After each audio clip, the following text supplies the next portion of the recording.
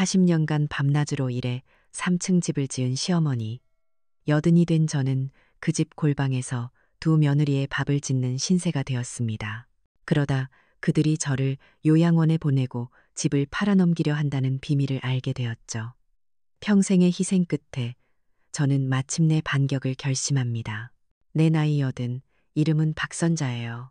사람들은 이 나이가 되면 인생을 정리하고 편안히 쉴 때라고들 하지만 내 하루는 아직도 동트기 전 새벽 4시 30분에 시작된답니다. 서울 마포구 성산동 이 3층짜리 집은 내 평생의 땀과 눈물이 벽돌 하나하나에 스며 있는 곳이죠. 40년간 밤낮으로 재봉틀을 돌려 번 돈으로 한 층 한 층 올린 내 자부심이자 역사 그 자체였어요. 하지만 지금 내 공간은 1층 주차장 옆에 딸린 사시사철 퀴퀴한 곰팡이 냄새가 가시지 않는 4제곱미터짜리 창고방이 전부랍니다. 삐걱거리는 낡은 철제 침대와 내가 직접 나무 판자를 대서 만든 옷장이 이 방의 유일한 가구죠.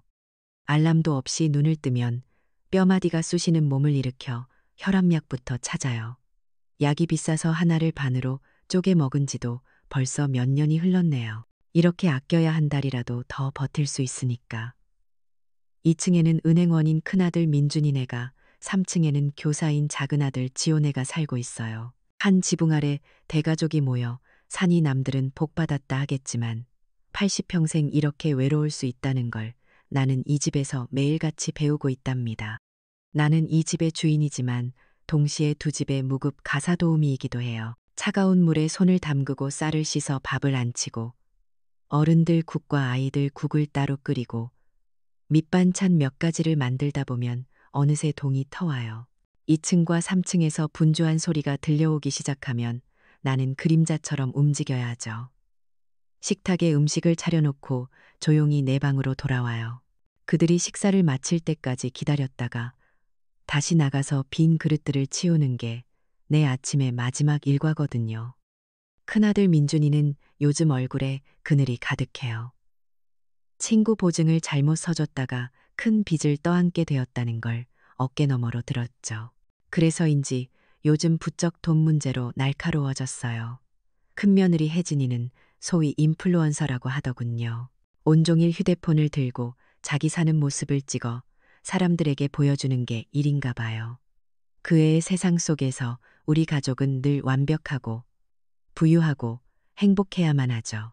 낡은 옷을 입고 허리를 구부정하게 숙인 나는 그 완벽한 그림에 옥에 티일 뿐이에요. 어머님, 이 집은 너무 촌스러워서 사진이 예쁘게 안 나와요. 인스타그래머블하게 싹 다 뜯어 고쳐야겠어요. 혜진이가 아무렇지 않게 툭 던지는 말에 내 평생이 담긴 이 집은 한순간에 촌스러운 배경으로 전락해버려요.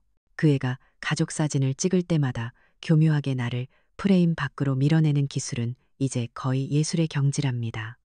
작은 며느리 수민이는 혜진이와는 달라요. 언제나 상냥하고 예의 바르죠. 하지만 그 정중함 속에는 서늘한 벽이 느껴져요. 초등학교 교사인 그 애는 아이들을 비싼 국제학교에 보내는 게 삶의 목표인 것 같았어요. 그래서 늘 내게 어머님, 요즘은 과학적으로 아이를 키워야 해요. 어머님 방식은 옛날 방식이라서요. 라며 웃으며 말하곤 했죠. 내 평생의 지혜와 경험은 그의 앞에서 비과학적인 옛날 방식이 되어버려요. 손주들이 나를 따르려고 하면 할머니 피곤하시게 하면 안 되라며 슬쩍 아이들을 데려가 버리죠. 내 시골스러운 생활 방식이 아이들에게 나쁜 영향을 줄까봐 그러는 거라는 걸 나는 모를 수가 없었어요. 두 며느리는 이 집의 모든 것을 내가 책임지는 걸 너무나 당연하게 여겼어요. 전기세, 수도세, 관리비는 물론이고 7 식구의 식비까지 모두 내 연금과 얼마 안 되는 적금을 깨서 충당했죠. 무료로 살고 무료로 먹으면서도 고맙다는 말 한마디 하는 법이 없었어요. 그들에게 내 희생은 늙은 어미의 당연한 의무일 뿐 존중받을 가치가 없는 것이었죠. 어느 날부턴가 며느리들은 인터넷으로 주문한 물건들을 일부러 착불로 시키더군요. 어머님, 저희가 바빠서 그런데 택배 오면 돈 좀 대신 내주세요. 그러고는 그 돈을 다시 돌려주는 법은 없었어요. 아예 식료품 목록을 적어 식탁에 올려두기도 했죠. 꼭 유급 가사도우미에게 지시하는 것처럼요. 제일 얄미울 때는 마트에 같이 가자고 할 때예요. 온갖 유기농 식품의 비싼 수입 과일까지 카트 2개를 가득 채우고는 계산대 앞에만 서면 둘 다 약속이나 한 듯 어머, 중요한 전화가 왔네. 지갑을 차에 두고 왔나 바라며 사라져버려요. 결국 남겨진 건 나와 산더미, 같은 물건들. 그리고 그걸 계산해야 하는 내 목뿐이었죠. 한 번은 너무 속이 상해서 이건 너무 많지 않니? 하고 물었더니 혜진이가 눈을 동그랗게 뜨며 말하더군요. 어머님도 같이 드시잖아요. 가족끼리 뭘 그런 걸 따지세요?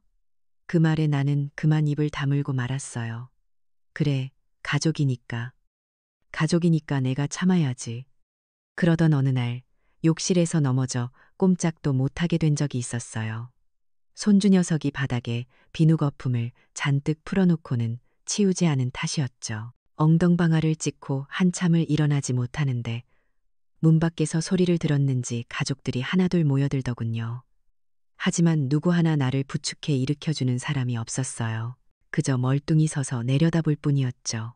민준이가 마지못해 괜찮으세요? 하고 물었고 혜진이는 한술 더 떠 이렇게 말했어요. 내일 아침에 집안일은 하실 수 있는 거죠?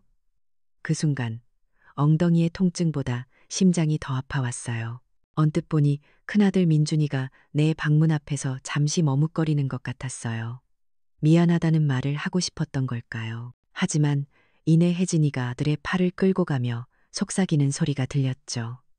다 늙은 노인네 걱정은 우리 애들 미래나 걱정해요. 내 마음에 남은 마지막 기대마저 산산조각 난 것은 그로부터 며칠 뒤 저녁 식사 자리였어요. 다들 신이 나서 설악산 단풍 여행 계획을 이야기하고 있었죠. 나는 또다시 투명인간처럼 앉아 밥만 먹고 있었는데 갑자기 작은아들 지호가 나를 보며 물었어요. 어머니, 다음 주말에 시간 괜찮으시죠? 그 한마디에 내 심장이 쿵 하고 내려앉았어요.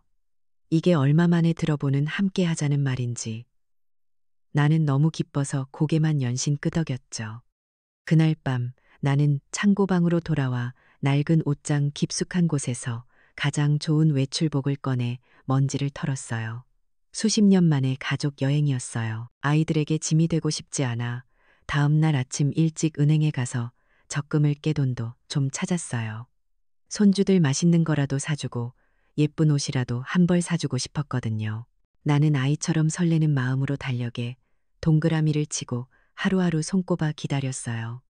그런데 이상하게도 그날 이후로 아무도 여행에 대해 다시 이야기하지 않았어요. 나는 혹시나 내가 잘못 들었나 계획이 취소됐나 싶어 불안했지만 차마 먼저 물어볼 용기가 나지 않았죠. 그렇게 약속한 주말이 다가오고 있었어요.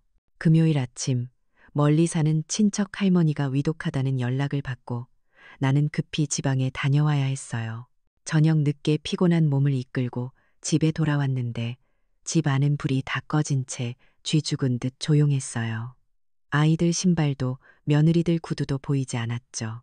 불안한 마음에 아들들에게 전화를 걸었지만 아무도 받지 않았어요. 그때였어요. 무심코 소파에 놓인 혜진이의 태블릿 PC 화면이 저절로 켜졌어요. 그리고 화면 가득 눈부시게 붉은 단풍을 배경으로 환하게 웃고 있는 내 가족들의 사진이 떠올랐어요. 큰아들, 작은아들, 두 며느리, 그리고 손주들까지 모두가 활짝 웃고 있었죠. 오색 단풍보다 더 화사한 모습으로요. 사진 밑에는 이런 글이 적혀 있었어요. 완벽한 가을날, 사랑하는 가족들과 함께 설악산, 가족여행, 힐링타임. 그 완벽한 그림 속에 나만 없었어요. 나만 깨끗하게 지워져 있었어요. 나는 텅 빈 거실에 홀로 서서 그 행복한 사진을 한참이나 들여다보았어요.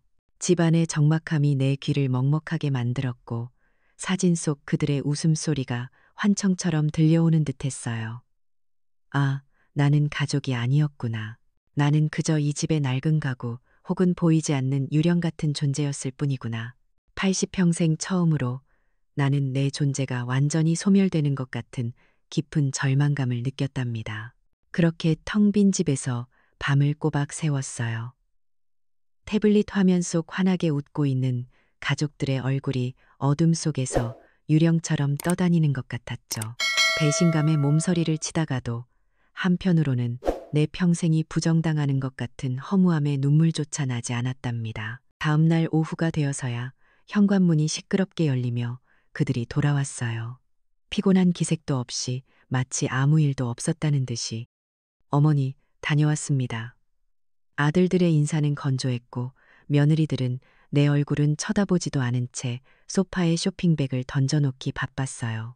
내 마음속에서 폭풍이 몰아치고 있다는 사실을 그들은 조금도 알아채지 못했죠. 아니, 애초에 관심조차 없었을 거예요.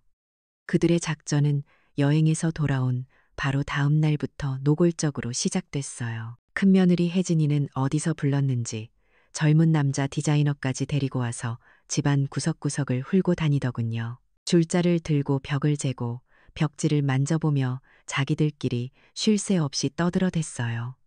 나는 내 집에서 졸지의 구경꾼이 되어 그들의 뒷모습만 멍하니 바라봐야 했죠. 혜진이는 보란듯이 내게 다가와 팔짱을 끼며 말했어요. 어머님, 이 집은 완전히 현대적으로 뜯어고쳐야겠어요. 그래야 제 친구들을 불러도 창피하지 않죠. 비용은 어머님이 준비하셔야 하는 거 아시죠? 그 말에는 질문이 아니라 통보의 무게가 실려 있었어요. 내 존재와 내 지난 세월이 담긴 이 집의 역사를 송두리째 지워버리려는 그 의도가 너무나 선명해서 소름이 돋을 지경이었답니다. 그날 이후로 내 일과는 똑같았지만 내 마음은 완전히 달라졌어요. 새벽 4시 30분에 일어나 밥을 하고 청소를 하면서도 나는 이제 그들의 모든 행동과 말을 예의주시하기 시작했어요. 마치 내 집 안에서 벌어지는 연극을 관람하는 관객처럼 한 발짝 물러서서 그들의 진짜 얼굴을 보기로 한 거죠.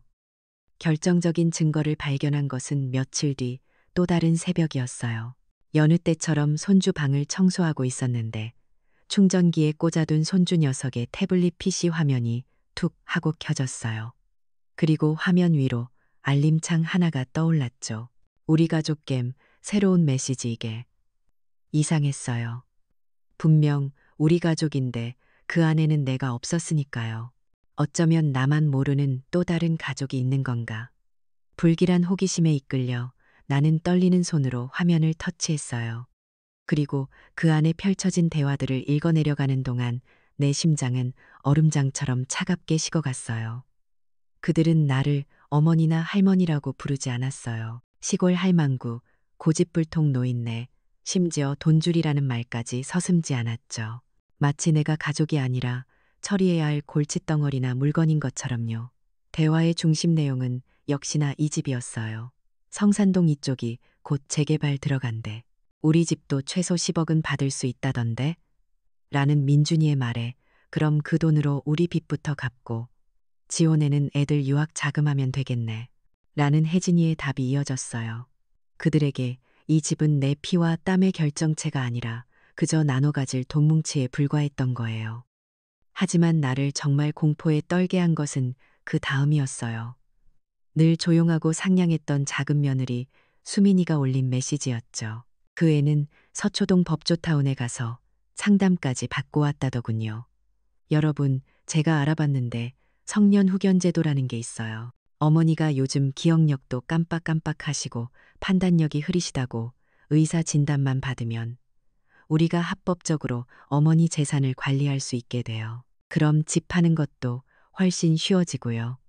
그 밑에는 아는 정신과 의사와 상담 약속을 잡아두었다는 내용까지 덧붙여져 있었어요. 나를 법적으로 판단 능력이 없는 사람으로 만들어 내 모든 것을 빼앗으려는 치밀하고 잔인한 음모. 나는 숨을 쉴 수가 없었어요. 등 뒤에서 소름이 돋고 온몸이 사시나무처럼 떨려왔죠. 그날 이후 나는 연기를 하기 시작했어요. 아무것도 모르는 척, 그저 묵묵히 내 할 일을 하는 순한 늙은이처럼. 속에서는 천불이 났지만 겉으로는 평온을 가장했죠. 그들의 계획이 어디까지 진행되는지 내 눈으로 똑똑히 확인해야 했으니까요. 추석 연휴를 며칠 앞둔 저녁이었어요. 아들들과 며느리들이 나를 거실로 부르더군요. 작전 실행의 날이 온 거죠. 그들은 내 앞에 서류 몇 장을 내려놓았어요. 부동산 증여 계약서. 민준이가 입을 열었죠. 어머니, 이제 연세도 있으시니 저희가 재산을 관리해 드리는 게 맞다고 봐요. 상속 문제도 미리 정리해야 복잡하지 않고요. 나는 아무 말 없이 서류를 쳐다보기만 했어요. 내 침묵을 긍정으로 받아들였는지 혜진이가 재촉했어요. 어머님, 여기에 도장만 찍으시면 돼요. 다 어머님 편하자고 하는 일이에요. 나는 천천히 고개를 들어 그들의 얼굴을 하나씩 뜯어보았어요. 아들들의 불안한 눈빛, 며느리들의 탐욕스러운 미소, 그리고 자리에서 일어나 아무 말 없이 내 방으로 향했죠. 내가 문고리를 잡는 순간 등 뒤에서 혜진이의 악에 바친 목소리가 칼날처럼 날아와 꽂혔어요. 어머니, 이제 그만 그 낡은 집에 대한 집착 좀 버리시고 요양원 가실 준비나 하세요. 그 순간이었어요. 마당과 거실을 가르는 유리창 너머로 옆집 김 여사님이 휴대폰을 들고 서 있는 모습이 보였어요. 김 여사님은 요즘 온라인으로 직접 만든 손뜨개 소품을 파는 재미에 푹 빠져 있었는데 아마 그날도 마당에서 라이브 방송으로 판매를 하고 있었나 봐요. 시끄러운 소리가 나니까 무슨 일인가 싶어 창가로 다가온 거겠죠. 혜진이의 폭언과 그에 이어지는 아들들의 침묵, 그리고 모든 것을 듣고 돌처럼 굳어버린 내 모습까지. 그 모든 것이 김 여사님의 라이브 방송을 통해 세상 어딘가로 생중계되고 있었다는 사실을 그때 우리는 아무도 몰랐답니다. 나는 그저 내 등 뒤에 꽂힌 비수를 움켜쥐고 이제 정말 돌이킬 수 없는 시간이 왔음을 직감할 뿐이었어요. 며느리의 폭언이 거실을 가르던 그 순간 나는 내 등 뒤에서 꽂히는 비수보다 창밖 너머 흔들리는 휴대폰 화면을 먼저 보았어요. 온몸의 피가 차갑게 식는 것 같았죠. 내 평생의 비극이 저 작은 기계를 통해 어디론가 흘러가고 있다는 생각에 잠시 숨이 멎는 듯 했습니다. 그날 밤 나는 내 창고방 낡은 철제 침대에 누워 잠 못 이루고 천장만 바라보았어요. 며칠 전까지만 해도 배신감과 슬픔에 몸을 뒤척였지만 이제는 달랐어요. 슬픔이 지나간 자리에 차갑고 단단한 무언가가 자리 잡기 시작했거든요. 분노라고 하기엔 너무 고요했고 결심이라고 하기엔 너무나 서글펐죠. 내가 평생을 바쳐 지은 이 집에서 저들의 손에 쫓겨날 수는 없다. 어둠 속에서 나는 몇 번이고 그 문장을 되뇌었어요. 그래요. 이제 더 이상 울고만 있을 수는 없었어요.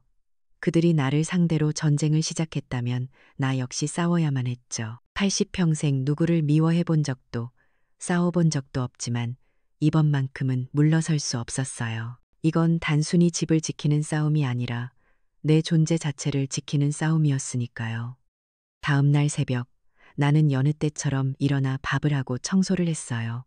하지만 내 머릿속은 온통 계획으로 가득 차 있었죠.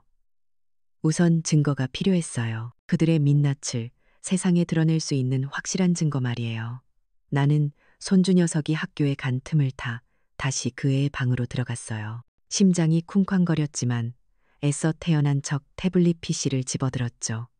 그리고 우리 가족견이라는 이름의 그 잔인한 채팅방에 들어가 나를 시골 할망구라 부르며 재산을 나누어 가질 계획을 세우던 모든 대화 내용을 하나도 빠짐없이 내 낡은 휴대폰으로 찍어두었어요. 손가락이 덜덜 떨렸지만 한 장 한 장 넘길 때마다 내 결심은 더욱 굳건해졌죠. 두 번째 증거는 옆집 김 여사님에게 있었어요. 나는 평생 남에게 아쉬운 소리 한 번 안 하고 살았지만 이번에는 자존심을 버려야 했죠. 저녁 무렵 나는 작은 과일 바구니 하나를 사들고 옆집 문을 두드렸어요. 김 여사님은 나를 반갑게 맞아주었죠. 나는 애써 아무렇지 않은 척 웃으며 며칠 전 있었던 소동에 대해 사과했어요. 그날 우리 집이 너무 시끄러웠지? 며느애가 속상한 일이 있었나 봐. 혹시 그날 찍던 영상 아직도 갖고 있으려나? 동네 시끄럽게 한 게 마음에 걸려서 그래. 김 여사님은 내 얼굴을 잠시 살피더니 별말 없이 휴대폰을 가져와 문제의 영상을 찾아 내게 보내주었어요. 영상 속에서 나는 금방이라도 부서질 것처럼 위태롭게 서 있었고 혜진이의 목소리는 악기처럼 날카롭게 내 심장을 후벼 파고 있었죠. 그 영상을 받아드는 순간 나는 내 손에 강력한 무기가 들렸음을 직감했어요. 증거를 모으고 나니 이제는 내가 싸울 방법을 알아야 했어요. 나는 무작정 집을 나섰죠. 내 발길이 향한 곳은 동네에 있는 마포 중앙 도서관이었어요. 돋보기 안경 너머로 상속, 유언, 신탁, 성년 후견 제도 같은 낯선 법률 용어들을 들여다보았어요. 평생 재봉틀과 부엌만 오가던 내게는 암호처럼 어려운 말들이었지만 나는 포기하지 않았죠. 작은 노트에 삐뚤빼뚤한 글씨로 하나씩 단어의 뜻을 적어 내려갔어요. 옆에서 공부하던 젊은 학생에게 용기를 내어 물어보기도 했죠. 학생, 혹시 이 말이 무슨 뜻인지 알려줄 수 있나? 학생은 의아한 눈으로 나를 쳐다봤지만 이내 친절하게 설명해 주었어요. 나는 그날 이후 매일같이 도서관으로 출근했어요. 글자만으로는 부족하다는 생각이 들었어요. 나는 구청에서 운영하는 어르신 정보화 교육 프로그램에도 등록했죠. 난생 처음 컴퓨터 자판을 두드리고 마우스를 움직이는 게 어찌나 어색하던지. 하지만 나는 여기서 인터넷으로 정보를 검색하는 법을 배웠어요. 젊은 자원봉사 선생님의 도움을 받아 내게 필요한 법률 정보들을 하나씩 찾아 읽기 시작했죠. 예전에는 그저 두려움의 대상이었던 스마트폰과 인터넷이 이제는 나를 지켜줄 유일한 방패가 되어주고 있었어요. 어느 정도 지식이 쌓이자 이제는 전문가의 도움이 절실했어요. 나는 신문에 나온 법무법인 광고를 보고 몇 군데 전화를 걸어보았죠. 하지만 돌아오는 대답은 차가웠어요. 내 이야기를 다 듣기도 전에 수임료부터 이야기하더군요. 내가 평생 모은 돈으로도 감당하기 힘든 액수였어요. 결국 돈 없는 늙은이는 이렇게 당하고만 있어야 하는 건가. 절망감이 다시 고개를 들 무렵이었어요. 우연히 보게 된 지역신문 한 구석에서 취약계층을 위한 무료 법률 상담이라는 작은 기사를 발견했죠. 나는 지푸라기라도 잡는 심정으로 그곳에 적힌 번호로 전화를 걸었어요. 그렇게 해서 만나게 된 사람이 45세의 김태준 변호사였어요.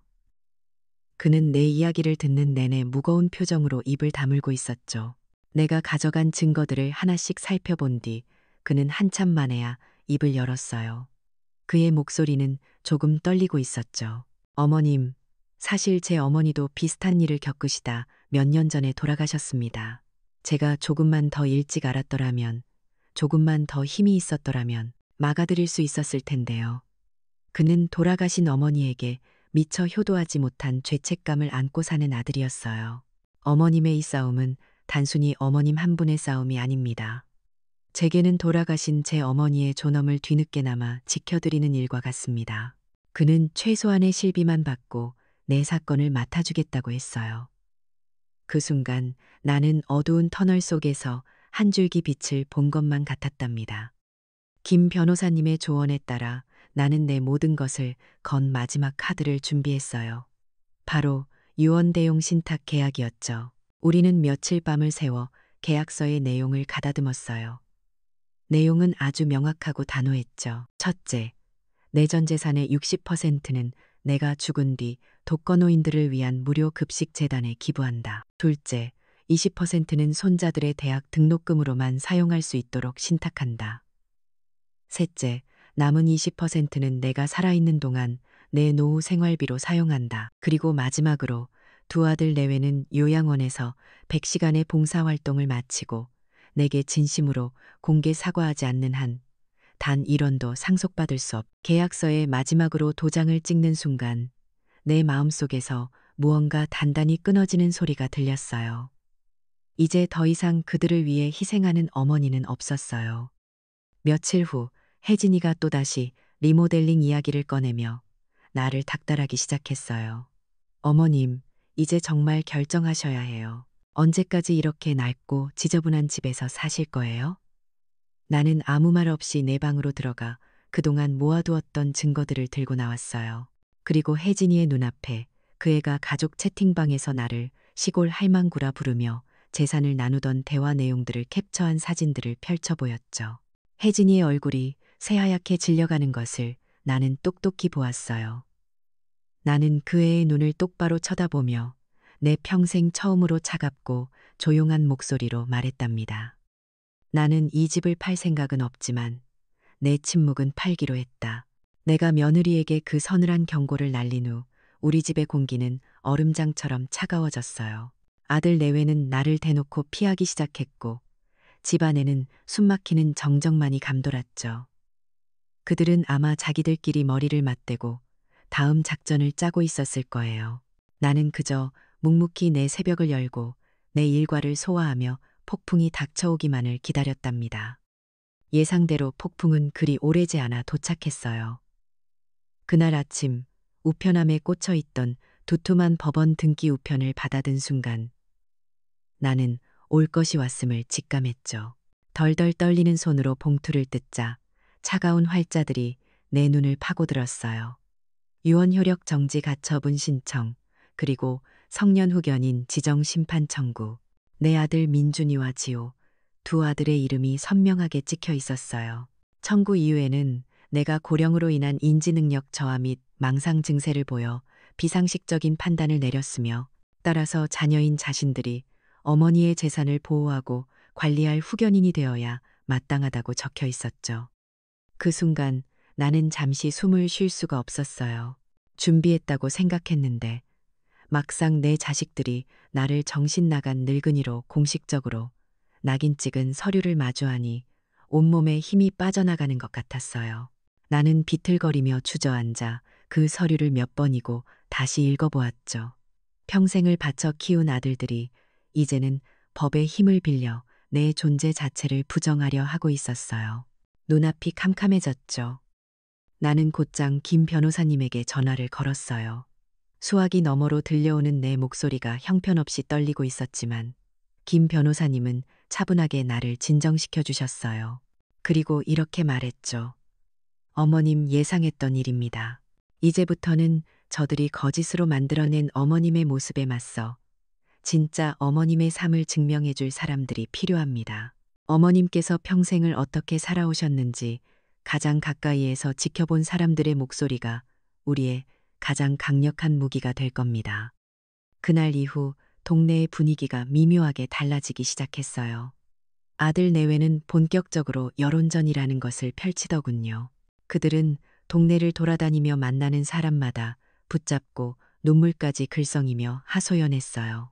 우리 어머니가 요즘 정신이 오락가락해서 이상한 변호사에게 소가전 재산을 빼앗길 위기라느니 자식된 도리로 어머니를 지켜드려야 하는데 어머니가 우리를 알아보지도 못하고 밀어내신다느니 그럴싸한 거짓말로 동정심을 자아내려 했었죠.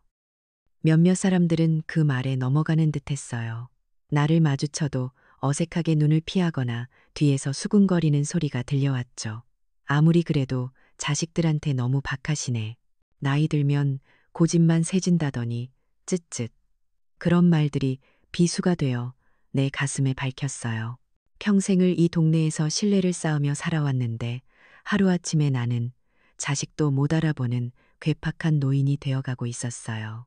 집 밖을 나서는 것조차 두려워지기 시작했죠. 하지만 나를 오랫동안 그리고 깊이 있게 알아온 사람들은 달랐어요. 아들 내외의 거짓말에 흔들리지 않았죠. 반격은 내가 예상치도 못한 곳에서 시작되었어요. 동네 슈퍼마켓 평상에서였죠. 혜진이가 동네 아주머니 몇몇을 모아놓고 또다시 내 흉을 보고 있을 때였어요. 어머님 치매가 심해지셔서 저희가 너무 힘들어요. 돈 계산도 못하시고. 그 말이 끝나기도 전에 가게 안에서 물건을 정리하던 슈퍼 주인이 퉁명스럽게 끼어들었어요. 누가 돈 계산을 못한다는 거요? 박 여사님은 40년 단골인데 외상 한 번을 한 적이 없고 잔돈일 원 하나 틀린 적이 없는 양반이요. 어디서 거짓말을 해도 유분수지. 그 한마디의 분위기는 순식간에 반전되었어요. 그때부터였어요. 내 편이 되어주는 사람들이 하나둘씩 목소리를 내기 시작한 것이. 30년 지기 이웃 김 여사님은 두 팔을 걷어붙이고 나섰죠. 걱정 마, 선자야. 내가 법정에 가서 똑똑히 증언해 줄게. 그날 며느리가 너한테 무슨 짓을 했는지 내 휴대폰 영상이 다 기억하고 있으니까. 든든한 그 말에 나는 그만 눈물을 터뜨리고 말았어요. 소문은 내가 다니던 작은 절에까지 퍼져나갔어요. 나와 함께 매일 아침 기도를 올리던 보살님들은 내 소식을 듣고는 제 일처럼 분개하셨죠.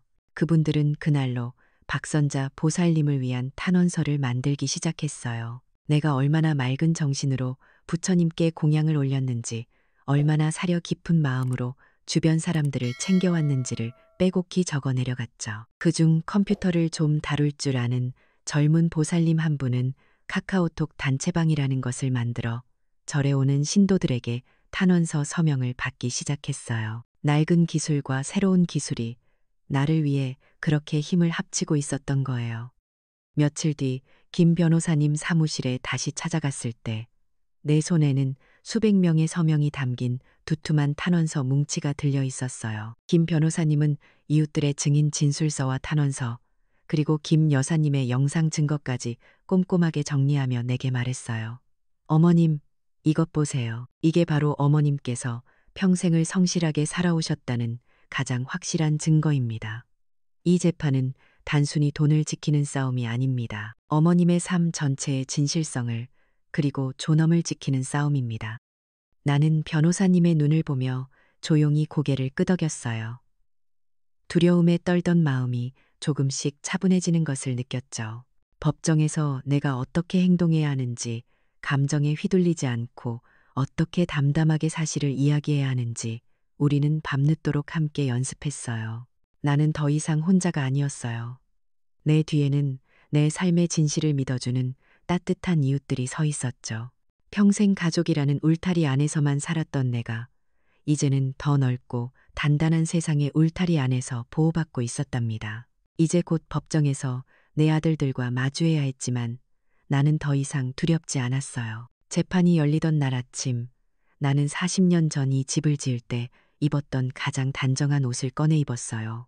평생을 재봉사로 살며 수많은 옷을 지었지만 내 삶의 무게가 실린 옷은 그것뿐이었으니까요.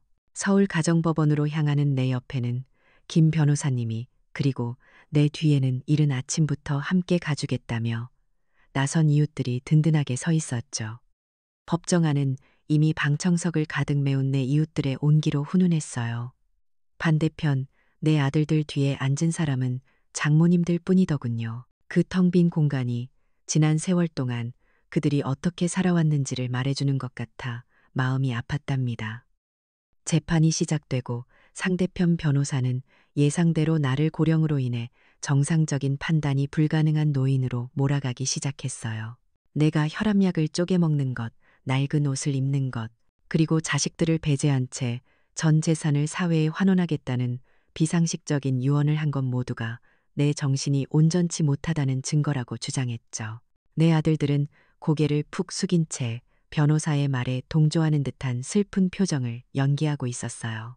그 모습을 보니 가슴 한구석이 시큰거렸지만 나는 애써 눈을 돌려 판사님만 바라보았어요. 그때였어요. 김 변호사님이 자리에서 일어나 내가 그동안 도서관에서 삐뚤빼뚤한 글씨로 직접 정리했던 법률 노트를 증거로 제출했어요. 변호사님은 차분한 목소리로 말했죠. 재판장님, 이것은 원고들이 판단 능력이 없다고 주장하는 박선자 여사께서 스스로의 권리를 지키기 위해 직접 공부하고 정리하신 노트입니다. 과연 이것이 판단력이 흐린 사람의 행동으로 보이십니까? 법정 안이 순간 조용해졌어요. 상대편 변호사의 얼굴이 잠시 굳어지는 것이 보였죠. 나의 첫 번째 반격은 그렇게 시작되었어요. 이어서 증인들의 증언이 시작되었어요. 나의 사람들이 내 삶을 증명해주기 위해 한 사람씩 증인석에 섰죠. 먼저 동네 슈퍼 주인 아저씨가 나섰어요. 그는 내가 40년간 단 한 번도 외상을 하거나 계산을 틀린 적이 없으며 손주들에게 줄 과자 하나를 살 때도 유통기한을 꼼꼼히 확인하던 총명한 사람이었다고 증언했어요. 다음은 옆집 김 여사님이었어요. 김 변호사님이 법정 스크린에 김 여사님의 라이브 방송 영상을 틀자 장내는 그야말로 찬물을 끼얹은 듯 조용해졌죠. 어머니, 이제 그만 그 낡은 집에 대한 집착 좀 버리시고 요양원 가실 준비나 하세요. 큰며느리 혜진이의 날카로운 목소리가 법정 전체에 울려 퍼졌어요. 스크린 속 자신의 모습을 본 혜진이는 경악하며 얼굴을 가렸고 아들들은 차마 고개를 들지 못했죠. 방청석에서는 나지막한 탄식과 분노의 목소리들이 터져나왔어요. 그리고 마지막 증인이 증인석에 섰을 때 법정의 공기는 완전히 내 쪽으로 기울었답니다. 40년간 내가 옷감을 떼오던 동대문 원단 가게의 박 사장님이었어요. 그는 나와 동갑내기 친구이자 내 성실함의 가장 오랜 증인이었죠. 그는 판사를 향해 허리 숙여 인사한 뒤 담담한 목소리로 말했어요. 제가 박 사장님하고 거래한 지가 40년이 넘었습니다. 그 긴 세월 동안 옷감 값 계산을 단 한 번도 틀리신 적이 없는 분입니다. 오히려 제가 실수하면 먼저 알아채고 알려주셨죠. 저 양반의 손과 눈은 그 어떤 저울보다 정확합니다. 평생을 그렇게 정직하고 총명하게 살아오신 분한테 정신이 흐리다고 말하는 것은 저 양반의 인생 전체를 모독하는 겁니다. 그의 진심 어린 증언에 방청석 여기저기서 훌쩍이는 소리가 들려왔어요. 나 역시 흐르는 눈물을 참을 수가 없었죠. 내 삶이 이렇게나 많은 사람들에게 기억되고 있었다는 사실에 가슴이 벅차올랐어요. 모든 증언이 끝나고 판사님은 잠시 눈을 감고 생각에 잠기셨어요. 짧은 정적이 흐른 뒤 판사님은 판결봉을 들고 나를 바라보며 최종 판결을 내렸어요. 그 목소리는 낮고 엄숙했지만 내게는 천사의 목소리처럼 들렸답니다. 본 법원은 박선자 씨의 유언대용 신탁 계약이 명확하고 이성적인 판단 아래 작성되었음을 인정한다. 따라서 원고들의 유언 효력 정지 및 성년 후견인 지정 청구를 모두 기각한다. 땅, 땅, 땅. 판결봉 소리가 울려 퍼지는 순간 내 뒤에 앉아있던 이웃들 사이에서 와 하는 함성과 함께 뜨거운 박수가 터져 나왔어요. 나는 그저 멍하니 앉아 있었죠. 이겼구나. 내 인생이 이겼구나. 고개를 돌려보니 혜진이는 충격에 휘청거리다. 옆에 있던 남편의 팔을 붙잡고 있었고 두 아들은 창백하게 질린 얼굴로 바닥만 내려다보고 있었어요. 법정 한쪽에 있던 지역 방송국 카메라는 그들의 비참한 모습을 하나도 놓치지 않고 생생하게 담고 있었죠. 정의가 실현되는 순간은 그렇게 통쾌하고도 서글펐어요. 법정을 나서자 기다리고 있던 기자들이 벌떼처럼 내게 몰려들었어요. 수많은 카메라 플래시와 마이크 앞에서 나는 잠시 숨을 골랐어요. 그리고 나를 지지해준 이웃들을 한번 돌아본 뒤 담담하게 말했죠. 저는 그저 제 인생을 지켰을 뿐입니다. 그날 이후 내 이야기는 지역 신문과 인터넷 뉴스를 통해 빠르게 퍼져나갔어요. 자식에게 버림받은 80대 노모의 눈물의 승소, 현대판 고려장, 법의 심판을 받다 같은 자극적인 제목들이 넘쳐났죠. 며칠 뒤 법원으로부터 서류가 하나 더 날아왔어요. 이번에는 내 집 2층과 3층으로 배달된 부동산 인도 명령이었어요. 아들 내외는 15일 이내에 이 집에서 완전히 퇴거해야 한다는 차갑고 공식적인 명령이었죠. 그 서류를 받아든 혜진이는 그 자리에 주저앉아 통곡했다고 해요. 자신의 화려한 인플루언서 인생이 끝났다는 절망감에, 그리고 당장 민준이의 박봉 월급으로 비좁은 월세방을 구해야 한다는 현실적인 공포에 휩싸여서요. 작은 며느리 수민이 역시 마찬가지였죠.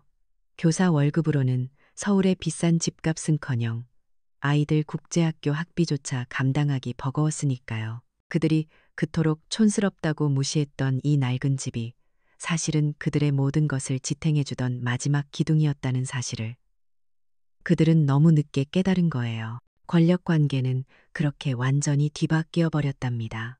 인도 명령이 떨어진 후 보름이라는 시간은 제게는 길고 그들에게는 짧았을 거예요. 저는 그동안 단 한 번도 2층이나 3층에 올라가 보지 않았어요. 그들이 짐을 싸든 눈물로 밤을 새우든 저는 제 1층 창고방에서 묵묵히 제 시간을 보냈죠. 드디어 마지막 날이 밝았어요. 아침 일찍부터 이사 트럭이 도착했고 분주하게 짐을 나르는 소리가 집 전체를 울렸어요. 저는 마당의 낡은 평상에 조용히 앉아 그 모든 광경을 지켜보았답니다. 아들들과 며느리들은 헬쑥해진 얼굴로 몇 번이고 제게 다가와 무릎을 꿇으려 했어요. 눈물 콧물을 쏟으며 용서해달라고 잘못했다고 빌었죠. 하지만 제 마음은 이미 단단하게 굳어버린 뒤였어요. 저는 아무 말 없이 손목시계만 들여다보았어요. 마치 그들이 떠나기까지 남은 시간을 재는 것처럼요. 제 침묵이 그 어떤 꾸짖음보다 더 무섭다는 것을 그들은 그제야 깨닫는 듯 보였어요. 오후가 되자 그들의 모든 짐이 트럭에 실렸어요. 텅 비어버린 2층과 3층의 창문이 을씨년스러워 보였죠. 마지막으로 떠나기 전 아들들이 제 앞에 서서 한 번만 돌아봐 달라고 애원했지만 저는 끝내 고개를 돌리지 않았어요. 그들이 탄 차가 골목을 완전히 빠져나간 뒤에야 저는 자리에서 일어났죠. 그리고 곧장 미리 불러두었던 열쇠 수리공을 집 안으로 들였어요. 대문부터 현관, 그리고 2층과 3층의 모든 방문까지. 집 안의 모든 자물쇠를 새 것으로 바꾸는 데는 2시간이 채 걸리지 않았어요. 낡은 자물쇠들이 떨어져 나갈 때마다 제 마음속 응어리도 하나씩 떨어져 나가는 기분이었답니다. 마지막으로 현관 앞에는 작은 보안 카메라까지 설치했어요. 이제 이 집은 온전히 저만의 성이 된 거예요. 그 후 일주일 동안 제 전화기는 불이 났어요. 아들들의 애원하는 문자 메시지와 부재중 전화가 수십 통씩 쌓였죠. 큰아들 민준이는 새벽 6시부터 대문 앞에 와서 하염없이 저를 기다리기도 했어요.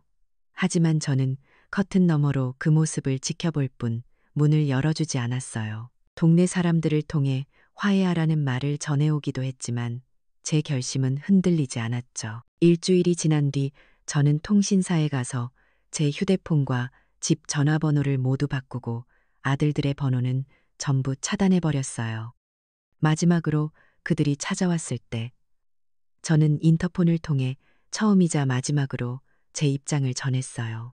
스피커 너머로 들려오는 그들의 울음 섞인 목소리에 저는 아주 차갑고 조용한 목소리로 말했죠. 너희들이 그토록 원하던 새롭고 훌륭한 집은 너희들 힘으로 직접 지으렴.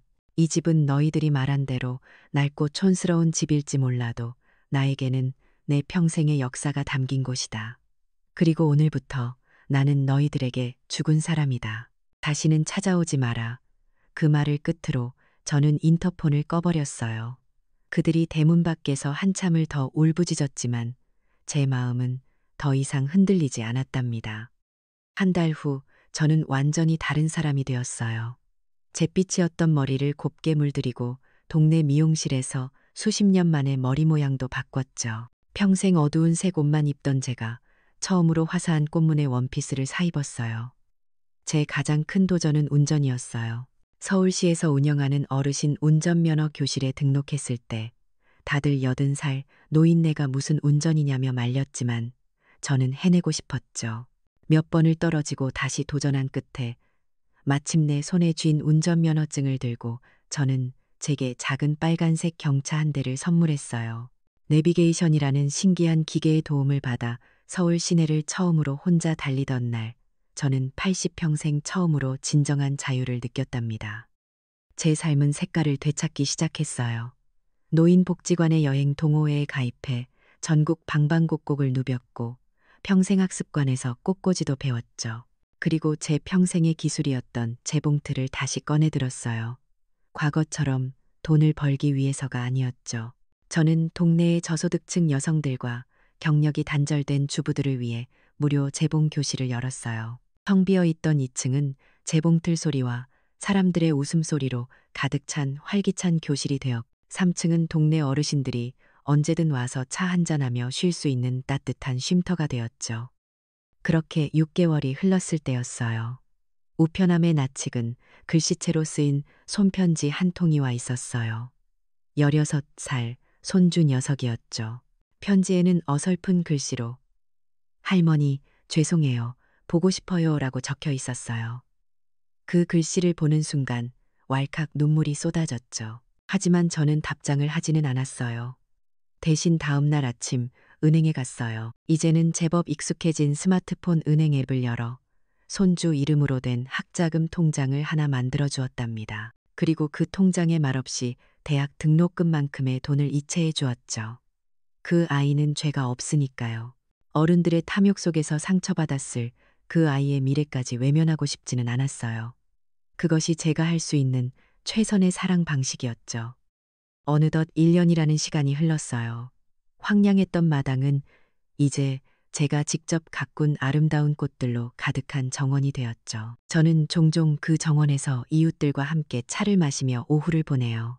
가끔 저 멀리 골목 어귀에서 서성거리며 이쪽을 바라보는 아들들의 모습을 볼 때가 있어요. 하지만 저는 그저 모르는 사람을 보듯 무심하게 시선을 돌릴 뿐이에요.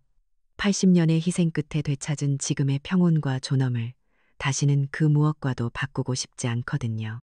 매일 아침 눈을 뜰 때마다 나는 이제 더 이상 누구를 위해 밥을 하고 청소를 해야 할지 걱정하지 않아요. 오직 나 자신을 위해, 내가 가꾸는 꽃들을 위해, 그리고 나와 함께 웃어주는 좋은 이웃들을 위해 하루를 시작하죠. 80의 나이에 비로소 진짜 나의 집에서 나의 삶을 살게 된 거예요. 진정한 가족이란 피로 맺어지는 것이 아니라 서로의 존엄을 지켜주는 존중으로 만들어진다는 것을 나는 내 남은 생을 통해 조용히 증명해 보이고 싶답니다. 박선자 할머니의 이야기는 우리에게 깊은 교훈을 남겨줘요. 부모의 사랑과 희생은 결코 당연한 권리가 아니라는 것을요. 진정한 존엄은 나이와 상관없이 스스로 지켜내야 하는 것이고, 때로는 단호하게 선을 긋는 것이 자신을 위한 가장 큰 사랑일지도 모른답니다.